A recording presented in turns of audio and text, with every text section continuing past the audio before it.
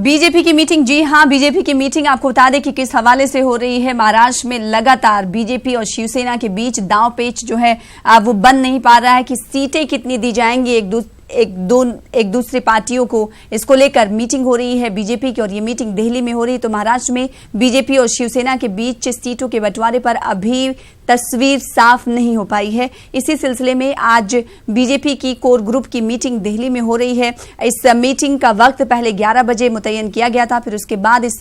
Meeting के वक्त में तब्दीली की गई और अब 12:30 बजे का वक्त दिया गया है। इस मीटिंग में अमित शाह, जेपी नड्डा और महाराष्ट्र के वजीर आला देवेंद्र फडणवीस समेत कई सीनियर लीडर शिरकत कर रहे हैं। ख्याल रहे कि शिवसेना ने 144 सीटों का दावा पेश किया है, यानी शिवसेना 50-50 अपने फॉर्मूले पर कायम है। अब देखना यह होगा कि इस मीटिंग के बाद क्या कुछ फॉर्मूला तय किया जाता है बीजेपी की जानिब से, क्योंकि फडणवीस भी इस मीटिंग में शिरकत कर रहे हैं। विनीत हमारे साथ जुड़ रहे हैं, विनीत से जानने की कोशिश करेंगे क्या इस मीटिंग की शुरुआत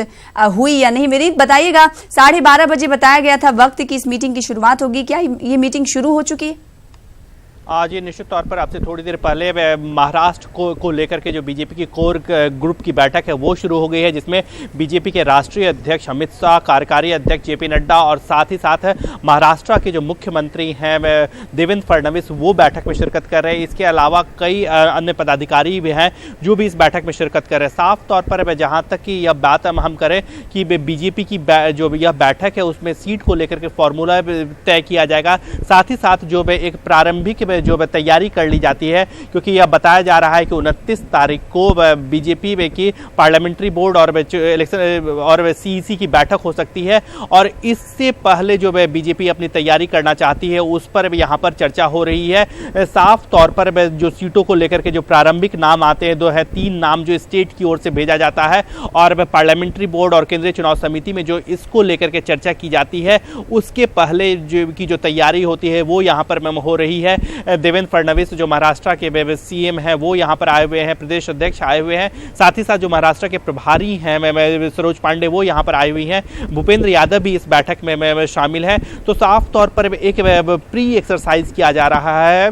29 तारीख को जो कहा जा रहा है कि केंद्रीय चुनाव समिति और पार्लियामेंट्री बोर्ड की बैठक होगी, उसके पहले का प्री एक्सरसाइज यहाँ पर किया जा रहा है। लेकिन इसके साथ ही साथ जो सीटों को बंटवारा को लेकर के जो पेच फंसा हुआ है, निश्चित तौर पर उसको लेकर के यहाँ पर चर्चा होगी, क्योंकि जो हमारे सूत्र हमें बता रहे हैं उसके मुताबिक बीजेपी 125-126 सीट से ज्यादा शिवसेना को नहीं देना मैं चाहती, क्योंकि बीजेपी पिछली बार 122 सीटों पर जीती थी। बीजेपी और शिवसेना ने दोनों अलग अलग चुनाव लड़े थे और बीजेपी 122 सीट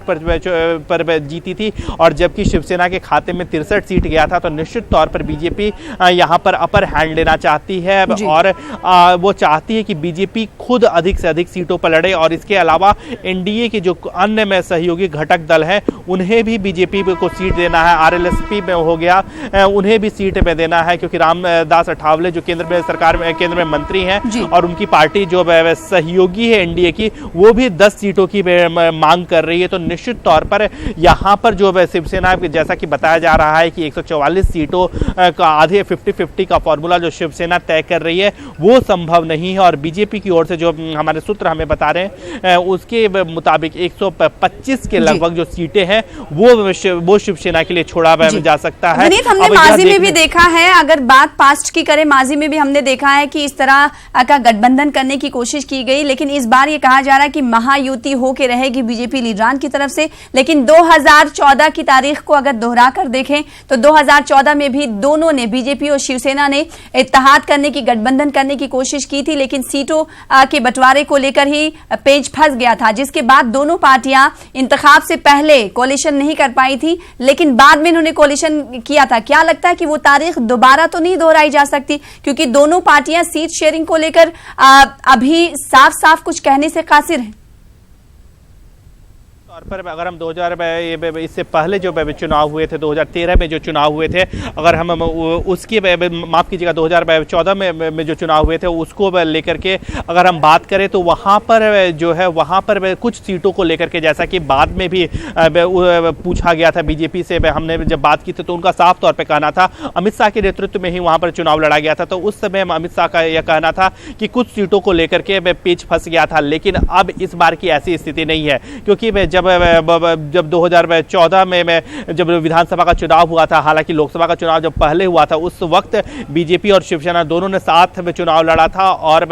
जब विधानसभा का चुनाव हुआ था उस वक्त दोनों अलग अलग चुनाव लड़े थे। लेकिन मैं इस बार की स्थिति के बारे में बात करें, जैसा कि 2019 को लेकर के भी दोनों पार्टियां अपने तौर पर तैयारी कर रही थी, दोनों पार्टियां अलग अलग चुनाव लड़ने की तैयारी कर रही थी। लेकिन जब 2019 का वक्त आया तब दोनों पार्टियों ने कंफर्टेबल तरीके से, आसानी तरीके से के साथ गठबंधन कर लिया। इस वक्त भी जो गठबंधन में का जो फॉर्मूला तैयार हो रहा है उसमें यह बात साफ तौर पर आ रही है कि जिसने जितनी सीटें जीती है, अगर हम बीजेपी के बारे में बात करें तो 122 सीटें जो बीजेपी ने जीती है वो बीजेपी अपने पास रखना चाहती है, और शिवसेना को जो 63 सीटें शिवसेना ने जीती है उसे शिवसेना को देना में चाहती है। उसके अलावा जो बचे हुए सीट हैं उनमें से कुछ सहयोगी गठबंधन दलों को भी दिया जाएगा, और कुछ में सीटें ऐसी भी हैं जो बीजेपी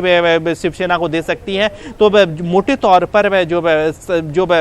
बीजेपी की ओर से खबरें आ रही हैं कि 125 की लगभग की सीटें बीजेपी शिवसेना को दे सकती है, और बाकी सीटों पर खुद चुनाव लड़ सकती है, लेकिन और कुछ सीटें सहयोगियों के लिए छोड़ सकती है। लेकिन जो मोटे तौर पर एक बात जो यहाँ पर आ रही है, जिसे शिवसेना भी पूरी तौर पर मान चुकी है कि जो अपर हैंड रहेगा, अधिक सीटों पर बीजेपी ही चुनाव लड़ेगी, बड़े भाई की भूमिका में बीजेपी ही रहेगा। हालांकि शिवसेना की ओर से 50-50 का फॉर्मूला भी फ्लोट किया जा रहा है, लेकिन बात अब यह आ रही है कि शिवसेना भी इतनी ही सीटों पर बात मान जाएगी, क्योंकि या नहीं, जाहिर सी बात ये देखने वाली बात होगी। गुज़िश्ता दिनों हमने देखा था कि वजीर आजम नरेंद्र मोदी की एक रैली थी महाराष्ट्र में, और उस रैली की स्टेज पर उद्धव ठाकरे भी मौजूद थे, जिसमें खिताब करते हुए वजीर आजम नरेंद्र मोदी ने कहा था कि उद्धव ठाकरे हमारे छोटे भाई हैं, और अगर महाराष्ट्र की सियासत की बात करें तो छोटे भाई का लकब देने का मतलब ये होता है कि कम सीटें देना। ऐसे में जिस तरीके से विनीत आज ये मीटिंग हो रही है, इस मीटिंग को लेकर यह समझा जाए कि बीजेपी पूरी कॉन्फिडेंट है, जिस तरीके से महान और बड़े बहुमत के साथ बीजेपी लगातार जीतते हुए आ रही है, ऐसे में बीजेपी ज्यादा सीटें नहीं देना चाहती है। क्या लगता है कि सीट शेयरिंग के अलावा इस पर भी बातचीत हो रही है कि हमें गठबंधन करना है या फिर नहीं? मैं आपको बताना चाहूंगा कि दोनों ही पार्टियों के तौर पर सिद्धांतिक तौर पर यह सहमति हो गई है। जैसा कि हम समझ सकते हैं कि 2019 का लोकसभा चुनाव भी उन्होंने साथ ही लड़ा था, तो सिद्धांतिक तौर पर दोनों ही पार्टियों में यह सहमति हो गई है कि दोनों पार्टियों को गठबंधन करना है। अब जहां तक की बात तो हो गई सीट शेयरिंग को लेकर के, तो दोनों ही पार्टी चाहती है कि अधिक से अधिक सीट जो है उनके खाते में जाए, और जो देर हो रही है या जो सीट के लेकर के या नंबर्स को लेकर के ऐलान करने में जो देरी हो रही है, कहीं ना कहीं हम प्रेशर टैक्टिक्स के तौर पर इसे हम देख सकते हैं। जैसा कि मैंने पहले भी बताया कि हालांकि भले ही मैं शिवसेना में 50-50 सीट का यानी 144 सीट का फॉर्मूला दे रही है, लेकिन वो भी मान जाएगी। जैसा कि बीजेपी को लग रहा है कि 125 के लगभग इसकी सीटें, चाहे उसमें 2-4 और ऐड भी कर सकती है बीजेपी, लेकिन जो बीजेपी ने एक आंकड़ा तय किया है शिवसेना के लिए, 125 के लगभग की सीटें शिवसेना के लिए आंकड़ा का तय किया है, और बीजेपी को भी उम्मीद है कि वो इन सीटों के साथ वो शिवसेना को मना लेगी, और इसीलिए बीजेपी अब सीट फॉर्मूले के साथ साथ जो सीट पर उम्मीदवारों के नामों की जो चर्चा है वो भी अब करना शुरू कर दी है। उसकी कवायद जो है वो बीजेपी ने शुरू कर दी है, और इस वक्त जो महाराष्ट्र कोर ग्रुप की बैठक चल रही है उसमें जो स्टेट्स की ओर से जो नाम सुझाए गए हैं, जैसा कि आमतौर पर होता है कि स्टेट्स की ओर से 3-3 हर एक सीट पर 3-3 नाम आते हैं, तो उन्हीं नामों पर जैसा कि बताया जा रहा है कि 29 तारीख को बीजेपी पार्लियामेंट्री बोर्ड और केंद्रीय चुनाव समिति की बैठक हो सकती है। उसके पहले की तैयारी जो है वो यहाँ पर में की जा रही है। तो बीजेपी साफ तौर पर मान के चल रही है कि जैसा कि हमारे सूत्र हमें बता रहे हैं कि गठबंधन होगा, 125 के लगभग की सीटों में शिवसेना मान जाएगी, और बीजेपी में अब इन फॉर्मूले पर तैयार कर रहे हैं कि उन्हें किन उम्मीदवारों को उतारना करना है और इसीलिए इस वक्त महाराष्ट्र कोर ग्रुप की जो बैठक है वो बीजेपी राष्ट्रीय मुख्यालय में चल रही है। बहुत कम बचा है क्योंकि इंतखाब 31 अक्टूबर को है, चुनाव होना है महाराष्ट्र में। ऐसे में अभी तक सीट शेयरिंग को लेकर कोई फॉर्मूला तय नहीं हुआ है। अब दोनों पार्टियों की तरफ से कहा तो जा रहा है कि गठबंधन होगा, लेकिन बीजेपी ये मान रही है कि हम शिवसेना को मना लेंगे। लेकिन तस्वीरें अभी साफ नहीं है, क्या जो बीजेपी फॉर्मूला तय करती हुई नजर आ रही है, क्या उस फॉर्मूले पे शिवसेना अमल दरामद करेगी या नहीं, ये बड़ा सवाल है। बेहद शुक्रिया विनीत हमारे साथ जुड़ने के लिए, तफसील से बातचीत करने के लिए।